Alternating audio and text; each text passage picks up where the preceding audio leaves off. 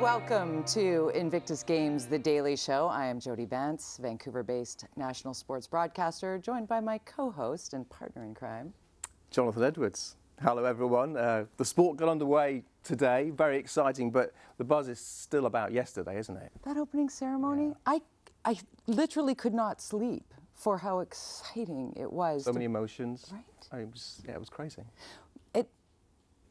It was, I think, what everybody needed in so many ways. I mean, of course, there were brilliant musical guests. Of course, there were those emotional moments and paddles up and raised hands, as we spoke about on our first edition of Invictus Games, The Daily Show. But, oh my goodness, the highlights. Yeah, the First Nations, I thought, added a dimension to it, which I wasn't expecting, and really and set the tone right from the beginning. And I learned a new thing. There you go. You raise your hands. You raise your hands. And welcome. I mean, let's take a little journey back. Here are some of the reflections from an amazing. Everybody was talking about these opening ceremonies.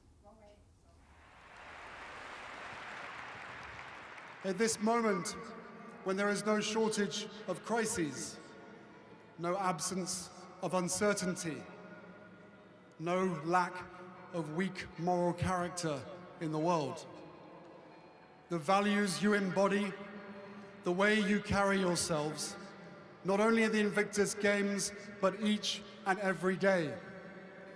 Your courage, your resilience, your humanity illuminate a path forward for us all, and for that, we thank you. As we embark on this year's competition, here is my challenge to all of you.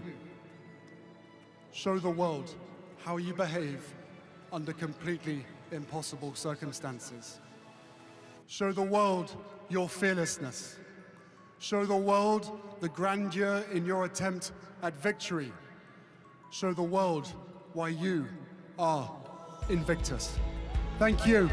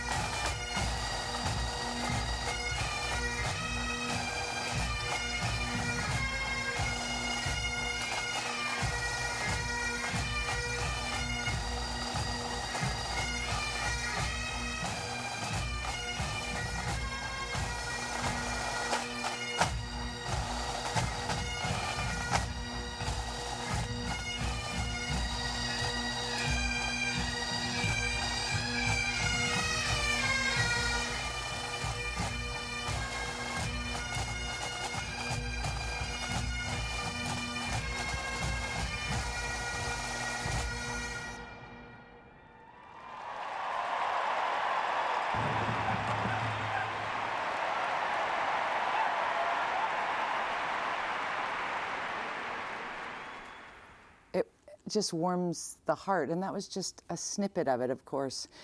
What was your favorite moment? I mean, so many.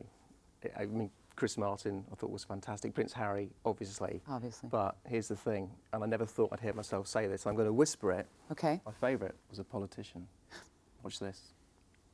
We've got our friends from the United States who are here today.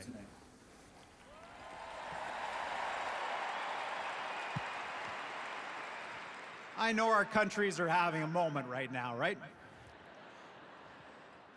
But there is not a person here, there is not a Canadian that does not know that our soldiers have fought and died and cried and celebrated beside Americans for generations.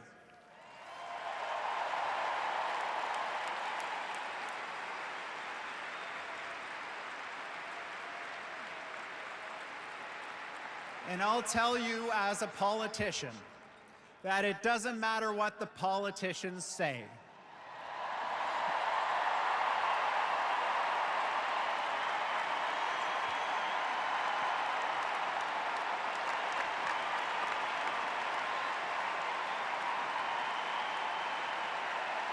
Because if you need us, you just say the word, USA. And you know what? If we ever need you, and it came down to it, I know you'd be there in a second. God bless the USA. God bless Canada. God bless all of you. Thank you for your work. We love you. Fight hard and win. We're so proud of you. That politician is British Columbia Premier David Eby, and what a coincidence. And what I want to say is that I picked my favourite moment before I knew that this man was coming in. The man himself. I did. Not a setup at all. Genuinely. Great speech.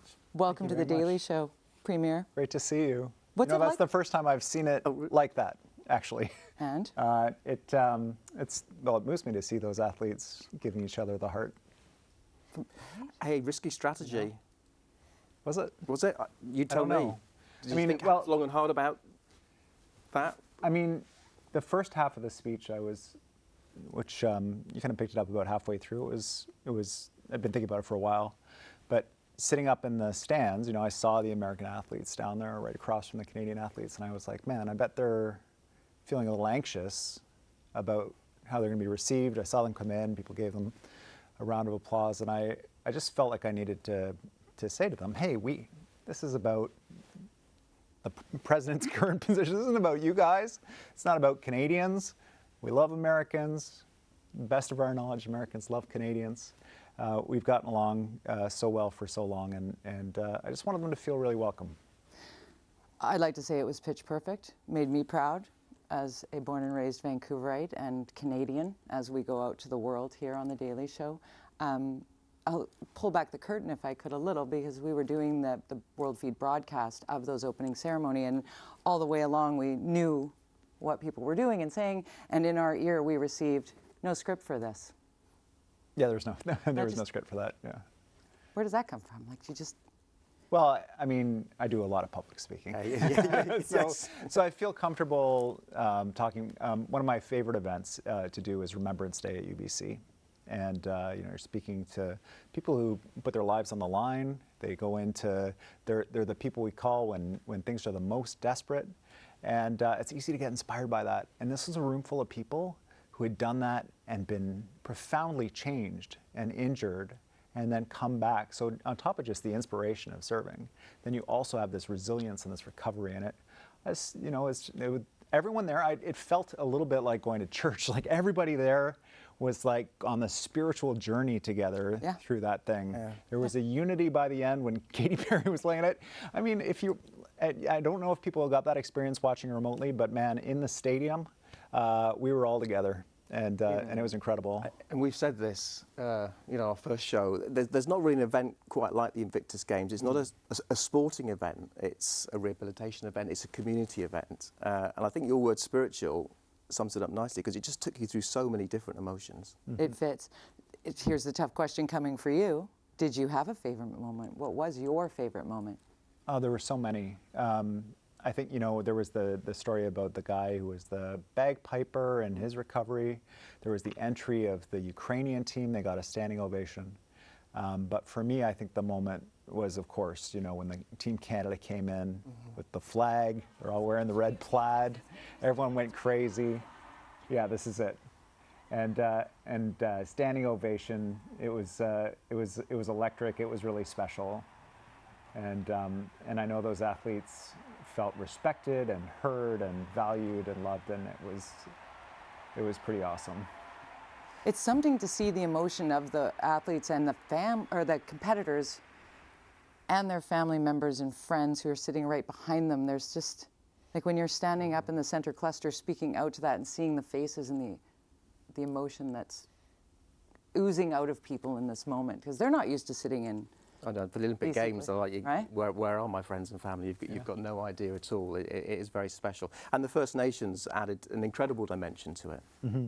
Yeah, I felt, I felt the carry on from the 2010 games when the 4 host nations worked together, that this was familiar turf for them, and they brought that welcome to the land, and it was, I think it was quite impactful. And also you saw Team New Zealand come in with some Maori tradition as well, leading in their group, so there was Indigenous involvement for multiple countries. It was pretty cool. And you must have been super just proud of the ceremony as a Canadian, as a British Columbian, to see the job that you did for Invictus. And and I'm a trustee of the Invictus Games, and we're like super thankful for what you've done, but you must have been, and you wrote on your sheet, didn't you? I did. I'm very, very proud. During You your must have been very speech, proud. I wrote, because our mics were hot the whole time, I wrote, I am so proud. Mm-hmm. I mean, that was the feeling. I don't know if it's possible to have a perfect event, but I think that was a perfect event. And I had literally, you saw my part, but the 1,000 volunteers, the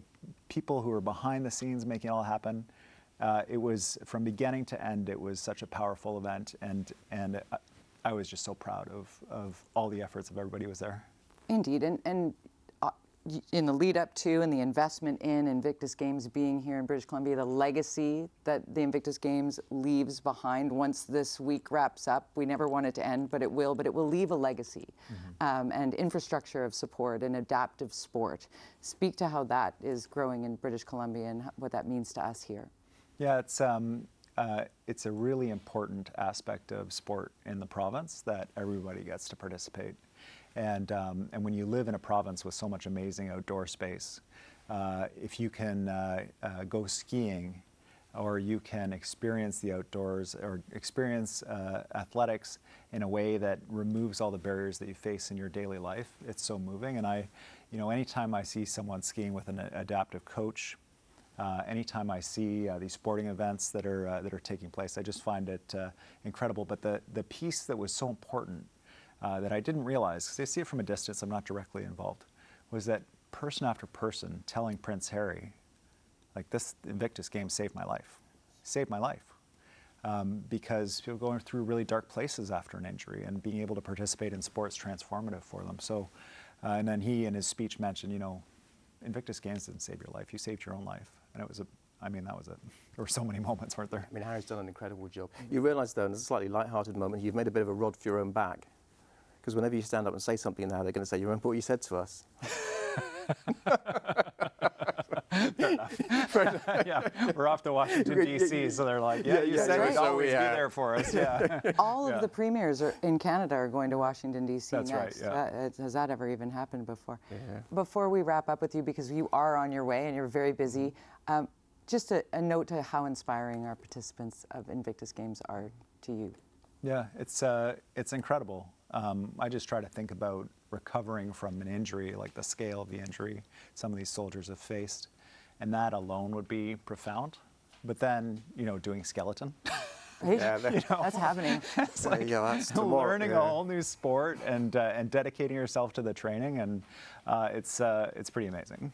Thank you so much for being here, Premier David Eby. We really do appreciate it. Yeah, thanks for having me. Great to see you both. This is The Daily Show.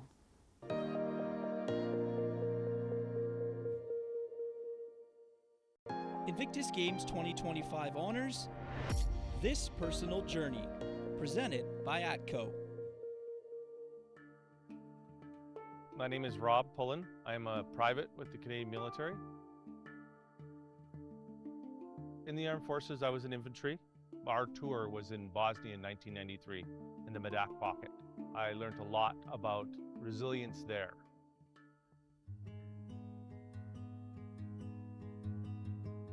So we were clearing a village in Medak, in the southern part of Croatia. UNHCR was there with us, and we're getting the villagers up in the truck, and there's this little boy, little 2-year-old kid, running down the street yelling, "Mama, Mama." And she reached down and said, "Ivan." So I picked him up, put him into the truck. 25 years later, I'm working at a call center. This kid walks up behind me and says, Hi, my name is Ivan. I need a seat." And something just made my hair on the back of my neck stand up. I looked him straight in the face and said, "Where are you from?" And he goes, "Medak." And I took a picture out of myself from when we went back then, and I gave it to him. I said, "Give this to your parents. They probably might remember me." He came back that following Monday and said, "Thank you, you saved my family." And that right there, with all the other stuff that we went through that wasn't the nicest, that right there was worth the payment right there. What happened in Croatia would make any Canadian proud of what we did.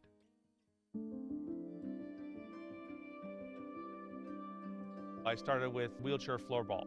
That in itself helped me lose some weight, got me more motivated into doing other sports. And then with the Invictus Games coming on, I'm looking, oh, I can play almost all of these so far. Let's give it a go. The importance of Invictus for me, it helped give me focus, kind of gave me the mindset of get off the couch, get away from the TV, focus on getting healthy, both mentally and physically. Whether or not we win or lose, it's how we play the game. Put a smile on our face, have good fun, and show people that anything's possible. I am Robert Pullen, and I am a warrior.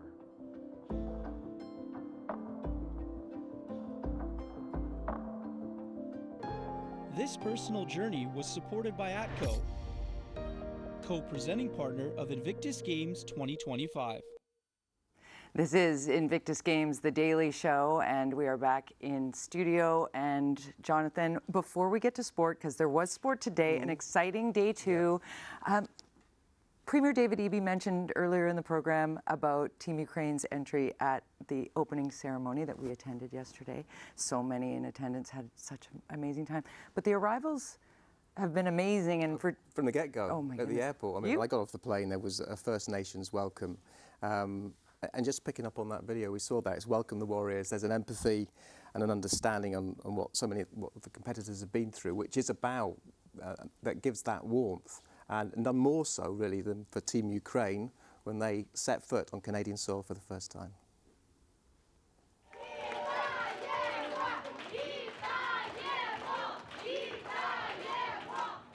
Greeting us in airport, I don't know, I didn't expect that we will feel such feelings inside us. It was so warm, it was so unexpected how they was happy to see us. Artur Milin from Team Ukraine. I'll compete in almost all type of sports. It will be biathlon, swimming, skeleton, basketball, volleyball, rugby. Now I choose a lot of type of sports because never do them before.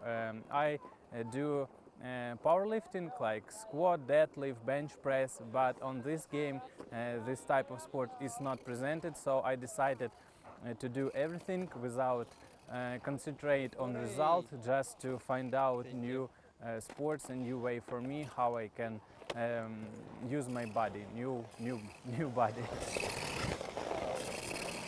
When I found out how to ski, I begin to wait winter to feel this fly on the snow. It was great. My name is Alexander Androshuk. I will participate in snowboarding, skeleton, indoor rowing, wheelchair rugby, and swimming. My wife is one who made me write a letter to join Invictus Games. It was a half year of different training camps where we learn some new sports because I have never tried snowboarding before this winter. Look, it's hard to get our heads around the fact that they're here while their countrymen are fighting for their country's survival, essentially, back in Ukraine against the Russians. And, you know, for them to be here competing as ambassadors for that country is so profound. Proud of the welcome that Canadians have given to Team Ukraine. We got to pivot to sport because this is what it's about. Here we go. Sport, yeah. I mean, let's dive straight in. Wheelchair basketball.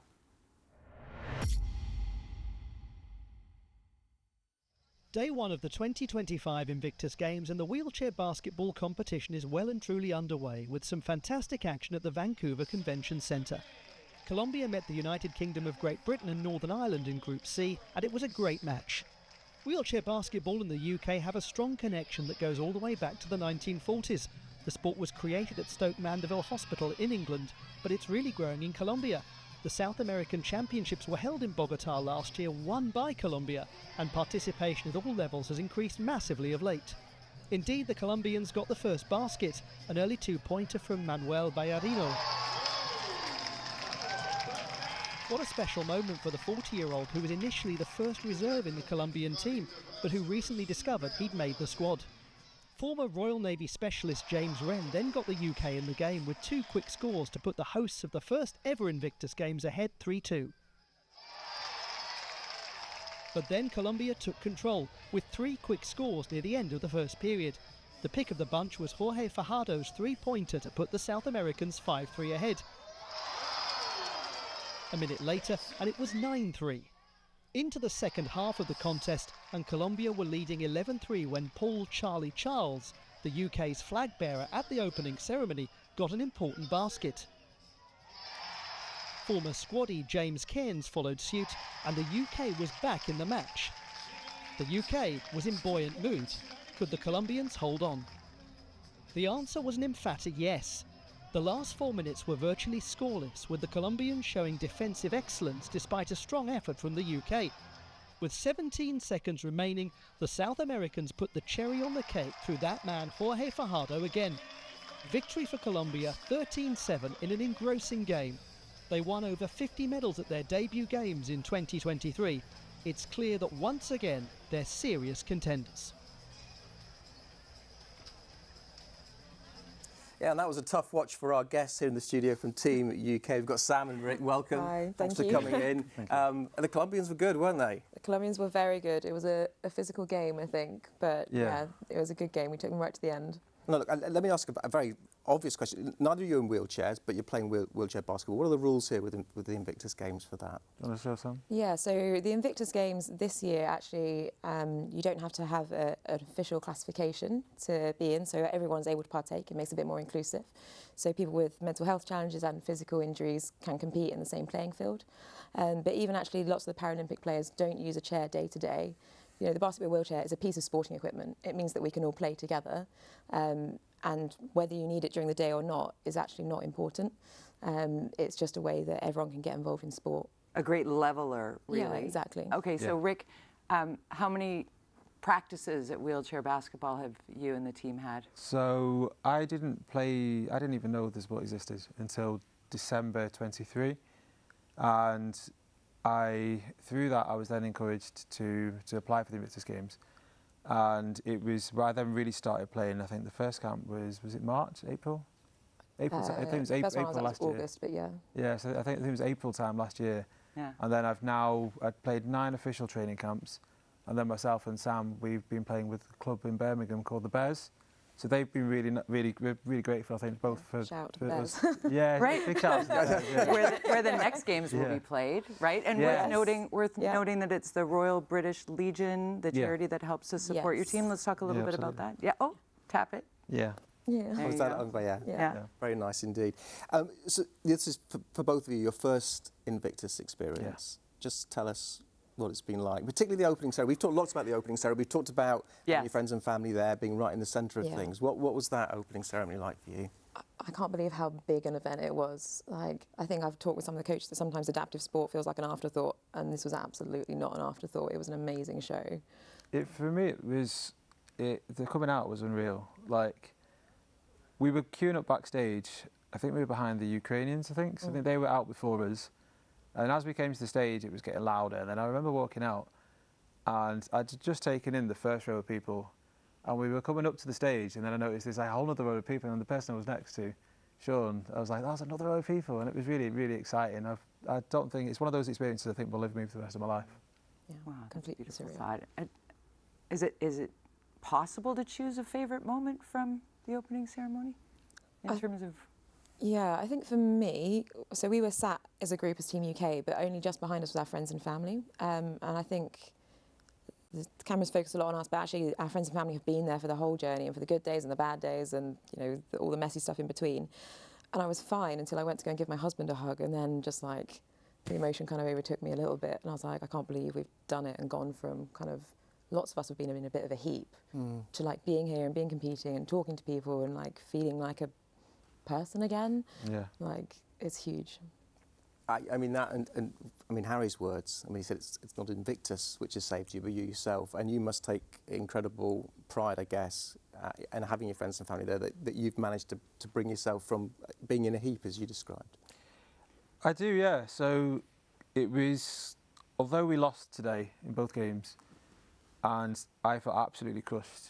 It was then I had the realisation afterwards. It was actually really nice to feel things again.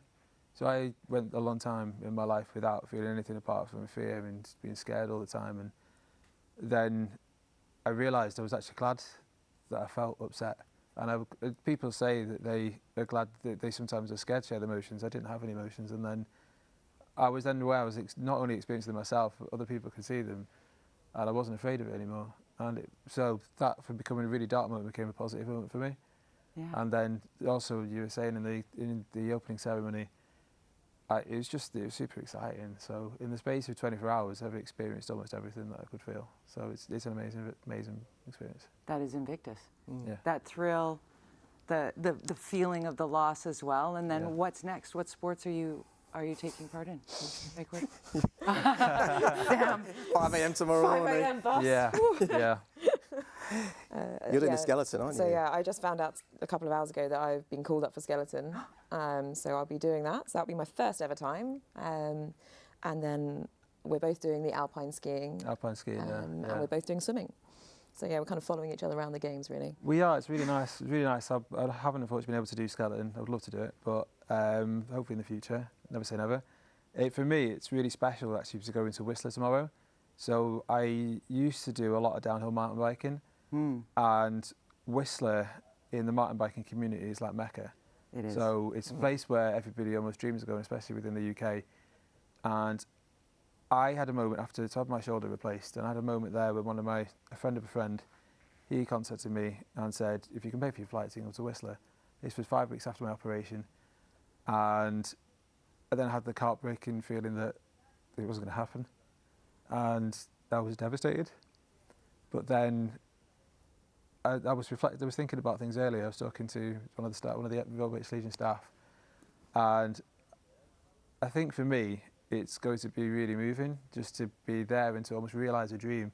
It's a different sport, but I've learned actually through the Air Force, I learned to ski, and I've done a little bit with the ski team, and I can't wait. I'm really, really excited to go to Whistler and put on some skis and get on the slope. I like what you said with never say never. Yeah. Never. No. Yeah, I'm never going to do the skeleton. What did you call it? I said I'd try anything once, and now I'm maybe regretting that. But describe the skeleton in your mind. We're sliding face first on a tea tray down an ice chute. That's accurate. And do you know your speed? Yeah, I mean, how quickly? So we're only starting halfway, so we're only going 60 miles an hour for you guys, kilometres per hour, 100 kilometres per hour. There's no brakes. That's fast enough. There's no steering. I also have to do a quick shout out to Sam, because she holds the British military record for the pole vault. And we're fellow athletes, so I had to mention that. It's not a triple jump. Couple of world records, but it's a record. It's a record, and it's still so that's. So Rick, you and I will hit the downhill slopes together. Good luck tomorrow. Good luck with skiing. I think the winter sports are going to be quite spectacular. Yeah, no doubt. And you will for all sorts of reasons. The firsts. Yes. You know, these are the first Invictus Games to include winter sport, and here you go, skeleton and downhill. Congratulations. Thank you very much. The triumphs of being here and for feeling it again. Thank you. Thank you. It's a great takeaway. Yeah. Thanks very much. This is The Daily Show.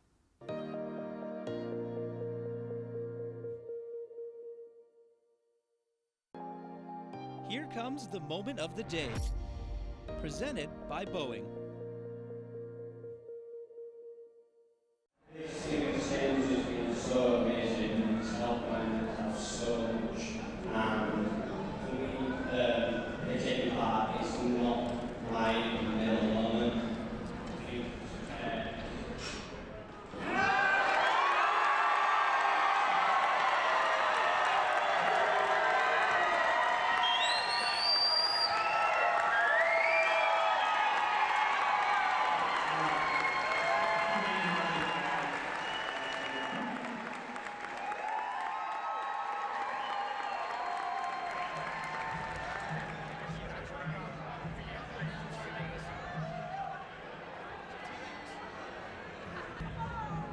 And that was our moment of the day, supported by Boeing, co-presenting partner of Invictus Games 2025.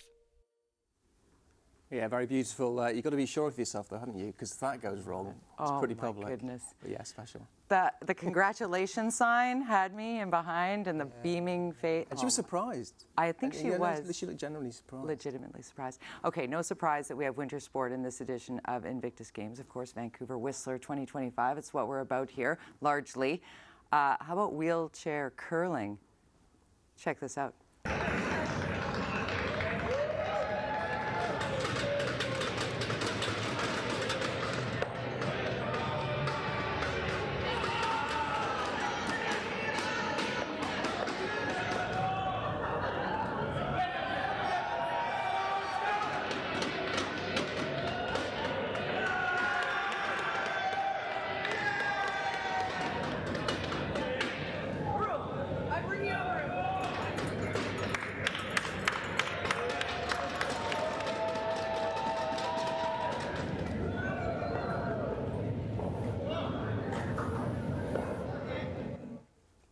A great win for Lithuania in their first games alongside me, us. Two of that winning team there, Karina and Andrus. Thank you for joining us. Thank you. The first Thank time, you for inviting me. Yeah, Lithuania are in these Invictus Games. What's the experience been like? Wow. It's crazy. Yeah, that's good. Yeah, unbelievable for us. For us, like a team, because it is first time for us in such kind of huge event, and that is honor, really honor for Lithuania. But we were invited in that game, and we have new experiences, new challenges for us. I think it is the most important for us, wounded soldiers, to be part of this huge and beautiful family. Yeah, that's right. And curling as your first event? Yeah. How did that go? For you, how did it feel for you? For the first time? Yeah. I'm gonna say that was great. Yeah. Oh, so that was it. That was the first time you'd ever done it? Yeah. First time on ice, on a wheelchair, and first time playing. Amazing. So how did you beat Poland then? with so little preparation? We are lucky. You were lucky? I like it. No. It's better to be lucky than good, that's what they say. In real, we talk with that, you know, because our border near each other. Yeah. So we decided, okay, guys, we will be gentlemen, and we will win only one game, and after that we will give up.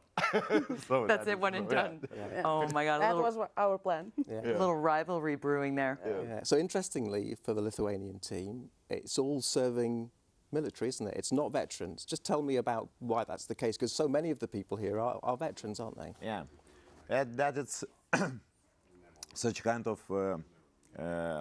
In Lithuania, we have a lot of wounded or injured soldiers who are still active. So when we got some invitation in Invictus game, of course we decided to, how to say, do recognition, and after that decide what is that, how it looks like, and that's easier for us to bring not veterans, because some of them have own business or other things, so it's easier for Lithuanian army forces to bring all active guys together as a group. Together and like group and train. So how did you find out that you would be a part of that group? In Lithuania we have like wounded soldiers, like collective or community. It's like a community. Yeah. And about 50 or some persons. And after that, we just wrote some message that, hey guys, who want to participate and which kind of sports you want to be. And after that, we do some list, see who is who and what to do. And after that, it's like 10 lucky guys and 9 lucky guys and 1 lady. Oh, you're the only lady? Yeah. Oh, wow, well done. Yeah, come here. So yeah. And what has the experience been like compared to maybe what you expected? Yeah. I mean, the opening ceremony, for example, which everybody was blown away by. How did you feel about that ceremony? For me, I didn't expect anything because this is the first time you didn't know nothing. You just go with the flow. That's it. And every single day you wake up and you think, oh my God, it's happening again. I'm not sleeping. I'm not dreaming. I'm going. It's happening. Yeah. So do you have one moment from those opening ceremonies that went, this is... No. No, all of it? No, I was in a dream. You are? Yeah. I have to walk with a flag. And in my head was the one thing, don't fall. I didn't hear anything. I didn't see anything. I just hear myself, don't fall. Well, you did it. You didn't fall. Yeah. Congratulations on that. You did a great job. Can we mention your dog just really quickly? Yeah. You have a dog named? Nato. Nato. NATO. Yeah. Or NATO, it is NATO, is it? NATO. Yeah, Yeah, it is. NATO. I like that. I like that. Good one. And what else are you going to be doing? Because everybody does loads of sports in the Invictus Games, don't they? For me, I will be participating in volleyball and Yeah, me too. Yeah. So Lithuanian team will be participating in volleyball. Yeah. Some of us in rowing, swimming. What else? I will be in Skiing. rugby. Oh, but, good. with unconscious. Yeah. Oh, with the team Unconquered? Yeah, yeah. Oh, that's, do you know who else is in the team? Because there's Not yet. That Unconquered team comes Yeah. from like the smaller nations and they bring them all Fill in. together, which is a wonderful thing. Yeah. So that'll be... Yeah. More Will be, community. yeah. Such a mosaic. Are you meeting people from other teams and getting to know? Oh, that is first time for us, but it was some interesting thing this morning. I just go inside elevator and one woman from, I think from Canada, she told me, I know you. It's like, really? Me? How? When? Yeah. And I saw you last year in Düsseldorf when was Invictus Game, because I was, but not like sport. Not competitor? Not competitor, but like observation to see what is going on. And we meet with you. It's like, really? Reconnaissance. Okay, so yes. It's a family. Yeah. It is a family. And it's great. And it's great. But that is different, She because had you like this? yeah, but that is different when you are in reconnaissance and when you in action. That's, yeah. As a born and raised Vancouverite, proud Canadian to have you here. Yeah. Is there something about arriving here that surprised you? When you said you're going to Canada, you thought, oh, okay. that was a thing. That was the thing. Yeah, that we're going to Canada. That Yeah. was surprising. But yeah, a lot of large buildings. We don't have one. Metropolitan. I haven't seen the mounted police yet. What do they call them? The Mounties. The Mounties, RCMP, yeah. Royal I need to Canadian look after Mounted that. Police, yeah. In the surge. Yeah, no, the hats. that's a thing. Yeah, it is a thing. That's a thing. It is a thing. And the atmosphere in Vancouver is amazing. All the people asking, oh, you from Invictus Games, what country you are? Lithuania. Oh, we know Lithuania, nice. Welcome. Good luck. Yeah. Great. Well, well done today, and good luck for the rest of the games. Thank you very much. Thank you very much. The Daily Show continues with more wheelchair curling.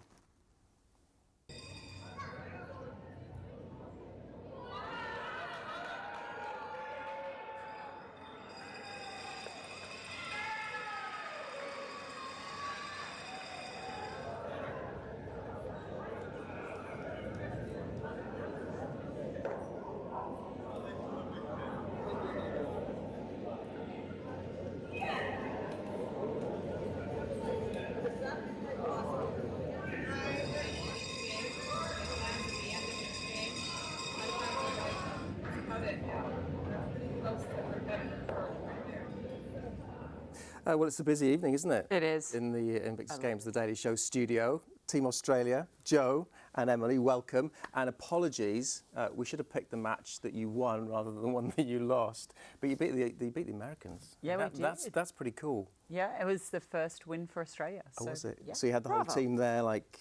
Yeah, everyone was pumped. As Joe said, first win for Australia and also the first game of the day. So it really set the tone of, where we were headed.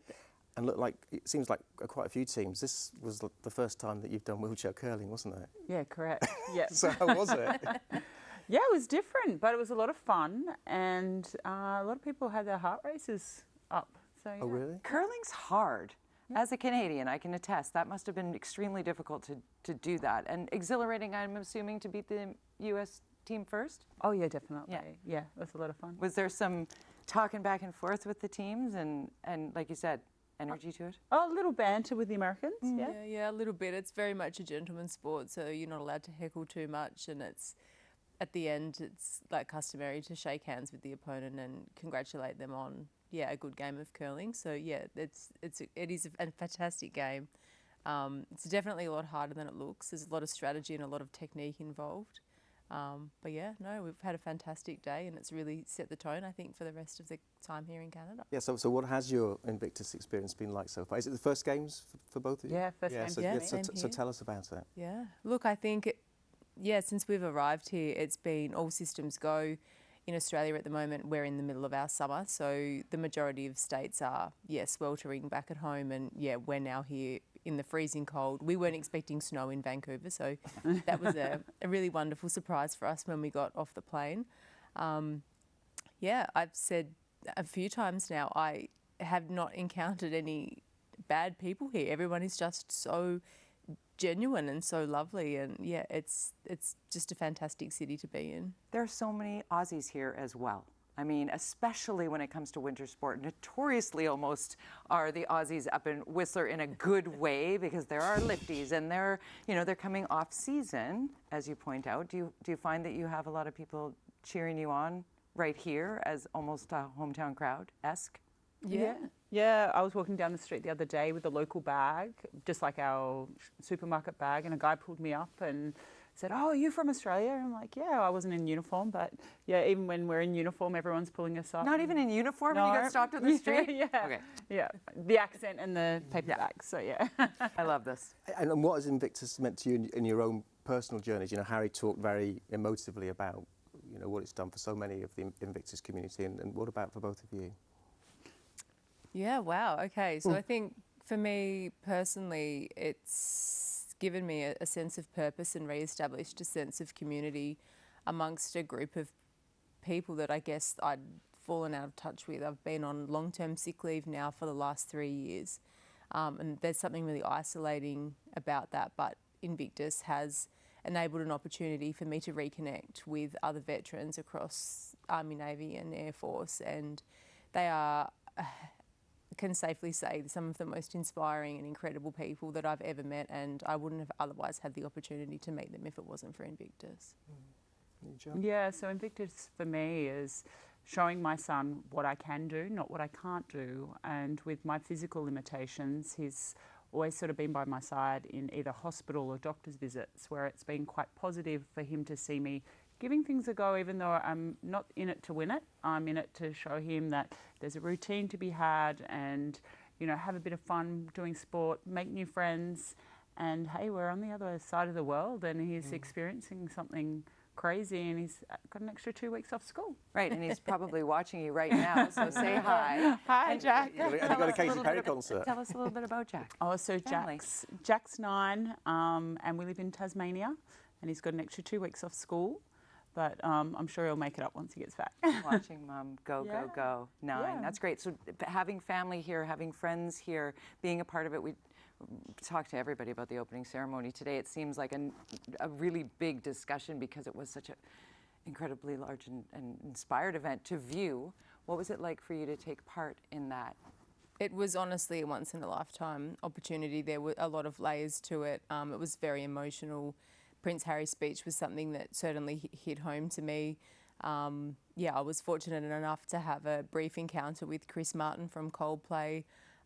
Just being around like our teammates and just seeing the raw emotion amongst the group and the friends and the family, the support from the stands, the standing ovation when Team Ukraine walked in.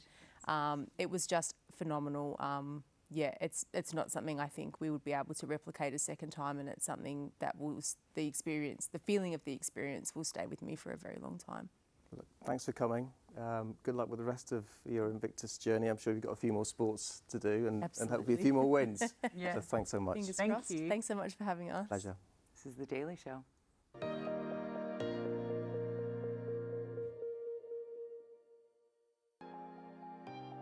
We all play for Canada, supported by Canadian Tire.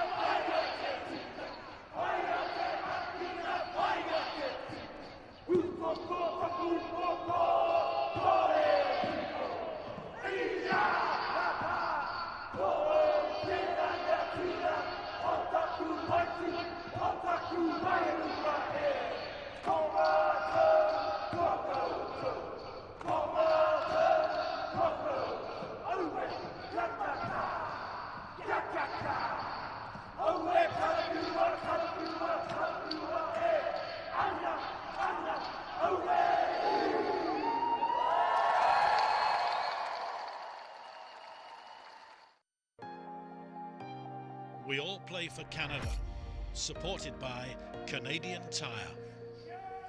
Yeah, one of the iconic rituals of world sport there, the haka. I'm delighted to say Jodie and I are joined by the woman who's in charge of all the beautiful pictures that we're seeing at these Invictus Games, Ursula Romero, your company, ISB, a Spanish company. We've known each other for years and years and years. Yeah. It's amazing to be interviewing you now here and to share this sort of Invictus Games together. Tell us why your company, which has covered some of the biggest sporting events in the world, has chosen to do the Invictus Games. Well, nice to see you again, Jonathan. Yes. No, it was actually, this is our second time that we're doing the Invictus Games, and we were asked to bid, which is usually kind of a lengthy and complicated process, but no, I really enjoyed it in Düsseldorf. It was really beautiful, and so I was really keen on doing it again, not just because it's another job, but actually because it's a really beautiful event. And it's really meaningful also for us to do events like this. So, ISB, you've got a history, you've got a lifetime of large sporting events and events of all kinds. Talk a little bit about that and how there's international flavor, but also a very local flavor. You brought me on board. well, we started out basically doing Olympic Games. My first Olympic Games working was in 1996 in Atlanta. And I started working when I was 16. Actually, my first event was in 1993 in Stuttgart at the World Championships as a runner. But yeah, we usually do bigger events than this, but we do specialize in multi-sporting events. So Olympic Games, European Games, World Games, Pan American Games, and now we're here doing these small but mighty games. Ursula comes from an incredible television family, and I knew her dad, Manolo, very well. He was the head of the Olympic Broadcasting Service. He was a great man, and you're very much carrying on the flag with this event.